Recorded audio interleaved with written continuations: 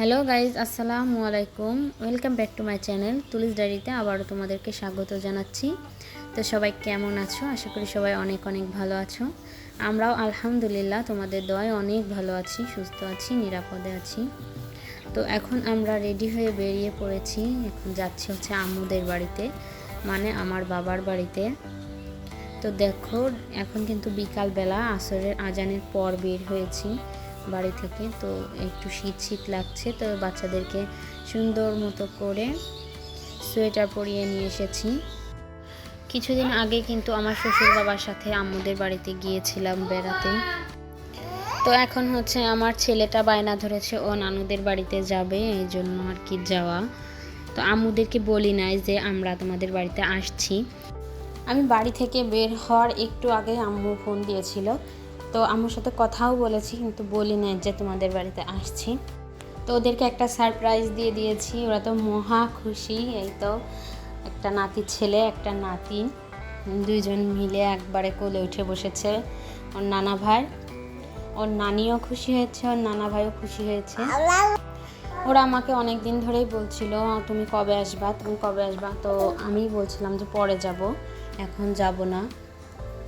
তো হুট করে সিদ্ধান্তটা নেওয়া হলো যে ওদের বাড়িতে যাব। তো এই তো আবার চিরচেনা সেই বাবার বাড়িতে চলে এসেছি, যেখানে আমার 16টা বছর কেটেছিল।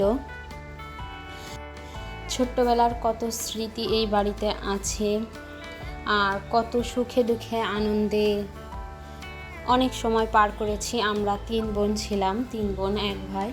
তো আমরা 3 বোন 1 ভাই মিলে কিন্তু অনেক আনন্দ করেছি, অনেক মজা করে কাটতো আমাদের দিনগুলো। তো সেইগুলো দিন অনেক মিস করি বাড়িতে আসলে। এখন 1 বোনও আমাদের একসাথে আসা হয় না বেশিরভাগ সময়। তো ওরা থাকে এক এক জায়গায়, এক একজন।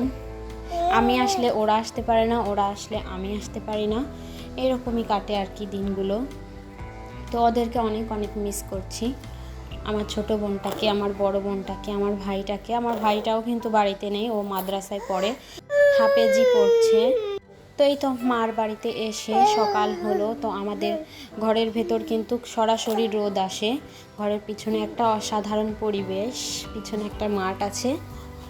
তো এই তো মোটরে চলে গিয়েছি। এটা হচ্ছে আমাদের মোটর, এই পানি হচ্ছে ভুঁইতে যাচ্ছে, সবার ভুঁইতে কিন্তু আমার আব্বুই পানি দেয়। তোমরা হয়তো বা ভুঁই করলে বুঝবা না, এটা হচ্ছে মাঠে মাঠে পানি যায়। তো এই তো আম্মু হচ্ছে সকালের নাস্তা রেডি করছিল। সকালে কিন্তু একবার নাস্তা হয়ে গেছে, চা আর বিস্কিট। তো বাবার বাড়িতে আসলে তো খাওয়ার কমতি থাকে না, তোমরা তো জানোই। তো এই তো এখন হচ্ছে শাক চিতই পিঠা বানাবে। শাকটা ধুয়ে কমপ্লিট করে সুন্দর মতো করে সিদ্ধ করতে বসিয়ে দিয়েছে আমার মা। তো আমার মা সচরাচর সবসময় গ্যাসের চুলাতেই রান্না করে, বায়োগ্যাস আছে, তো সেইটাতেই রান্না করে। এখন হচ্ছে পিঠা বানাবে বলে সে চুলায় গিয়েছে। আর অনেক রান্না, আমি এসেছি এই জন্য অনেক রান্না করতে হবে। মায়ের বাড়িতে গেছি, না খাওয়ালে আবার সমস্যা। আমি এখন মায়ের বাড়িতেও কুটুম হয়ে গিয়েছি।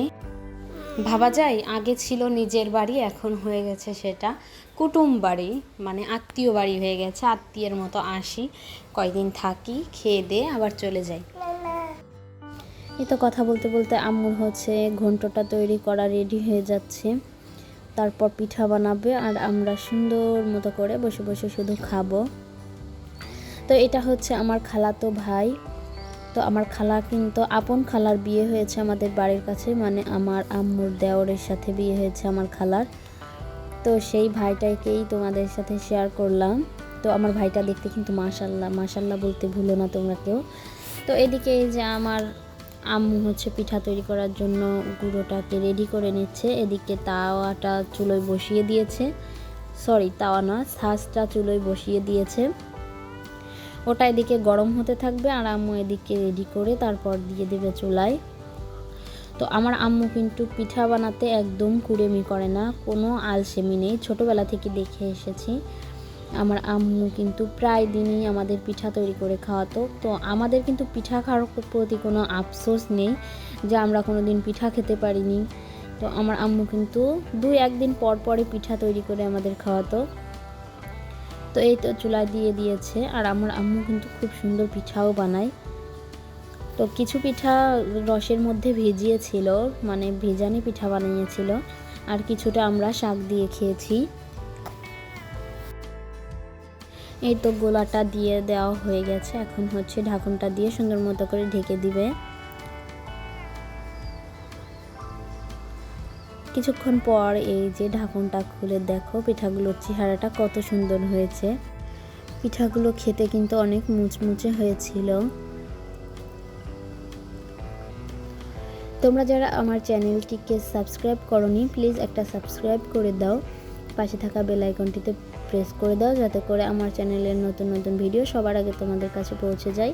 আর আমার ভিডিওটা যদি তোমাদের কাছে একটু হলেও ভালো লেগে থাকে তো অবশ্যই একটা লাইক করে আমার পাশে থেকো। আর তোমাদের কমেন্টস, মূল্যবান কমেন্টস, সুন্দর সুন্দর কমেন্টস করে যেও আমাকে।